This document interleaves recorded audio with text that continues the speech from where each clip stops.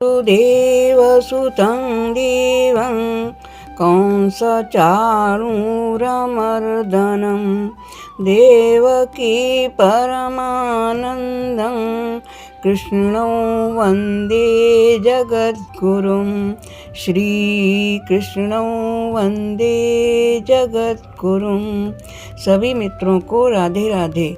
आज का अध्याय 7वां अध्याय ज्ञान विज्ञान योग। श्री कृष्ण भगवान बोले, हे पार्थ, जो मुझ में मन लगाकर मेरे ही आश्रय होकर योगाभ्यास करते हुए मेरे स्वरूप का संशय रहित पूर्ण ज्ञान होगा, सो सुनो। विज्ञान के सहित वह पूर्ण ज्ञान मैं तुम्हें सुनाता हूँ, जिसके जानने से तुमको इस संसार में और कुछ जानना शेष न रहेगा। सहस्त्रों मनुष्यों में से कोई एक सिद्धि प्राप्ति के लिए यत्न करता है। उन यत्न करने वाले सिद्धों में से भी कोई विरला ही मुझे ठीक जान पाता है। पृथ्वी, जल, अग्नि, वायु, आकाश, मन, बुद्धि और अहंकार, यह 8 प्रकार की मेरी प्रकृति या माया है। इस प्रकृति को अपरा अचेतन अर्थात जड़ कहते हैं। इससे दूसरी प्रकृति चेतन है, जिसने संपूर्ण जगत धारण किया हुआ है। इन्हीं प्रकृतियों में से सब प्राणी उत्पन्न होते हैं। ऐसा जानो, यह प्रकृतियां हमसे ही उत्पन्न हुई हैं। इस तरह सब जगत की उत्पत्ति और प्रलय का कारण मैं ही हूँ। यह सब संसार मुझ में ही गुथा हुआ है। मुझसे परे कुछ भी नहीं है। जल में रस, चंद्रमा और सूर्य में प्रकाश तथा सब वेदों का सार मैं ही हूँ। आकाश में शब्द तथा पुरुष में पौरुष में मैं ही हूँ। हे अर्जुन, पृथ्वी में सुगंध तथा अग्नि में तेज रूप, सब प्राणियों में जीवन और तपस्वियों का तप मैं ही हूँ। समस्त प्राणियों में सनातन बीज रूप मुझको ही समझो। बुद्धिमानों में बुद्धि रूप, तेजस्वियों में तेज मैं ही हूँ। काम और प्राणियों में सनातन बीज रूप मुझको ही जानना। बुद्धिमानों में बुद्धिमान और तेजस्वियों में तेज मैं ही हूँ। हे अर्जुन, काम और रोग रहित बलवान पुरुषों में बल और पुरुषों में धर्म के विरुद्ध न जाने वाला कर्म मैं ही हूँ। जितने भी सात्विक, राजस, तामस पदार्थ हैं, वे सब मुझसे ही उत्पन्न हैं, परंतु उनमें मैं नहीं रहता हूँ। ये सब मुझ में है। सत्व, रज, तम, इन तीनों गुणों के प्रभाव से यह सारा जगत मोहित हो रहा है। यह कारण है कि इससे परे मुझ अव्यय परमात्मा को नहीं जानता। यह मेरी गुणमयी और दिव्य माया अति दुष्कर है। जो मुझको अनन्य भाव से भजते हैं, वे इस माया को पार कर जाते हैं। हे भरत श्रेष्ठ अर्जुन, 4 प्रकार के जीव मुझको भजते हैं।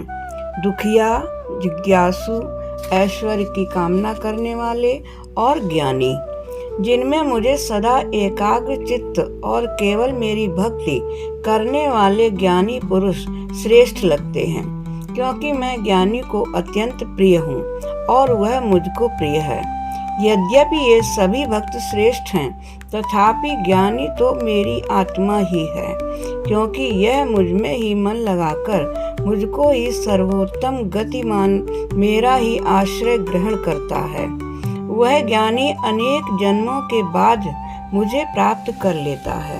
ऐसा महात्मा अति दुर्लभ है, जो सब जगत को वासुदेव में समझे। हे अर्जुन, जो भक्त श्रद्धा पूर्वक जिस जिस देवता का पूजन करना चाहते हैं, उन पुरुषों की उस श्रद्धा को मैं दृढ़ कर देता हूँ। यह उस श्रद्धा से युक्त होकर उस देवता की आराधना करता है, फिर उसको मेरे ही रचे हुए काम फल प्राप्त होते हैं। परंतु उन अल्प बुद्धि वालों का फल नाशवान है। देवताओं को मिलते हैं मेरे अव्यय या अविनाशी अति उत्तम स्वरूप को न जानकर मंद बुद्धि लोग मुझे अव्यक्त को व्यक्त मानते हैं, अर्थात देहधारी मानते हैं।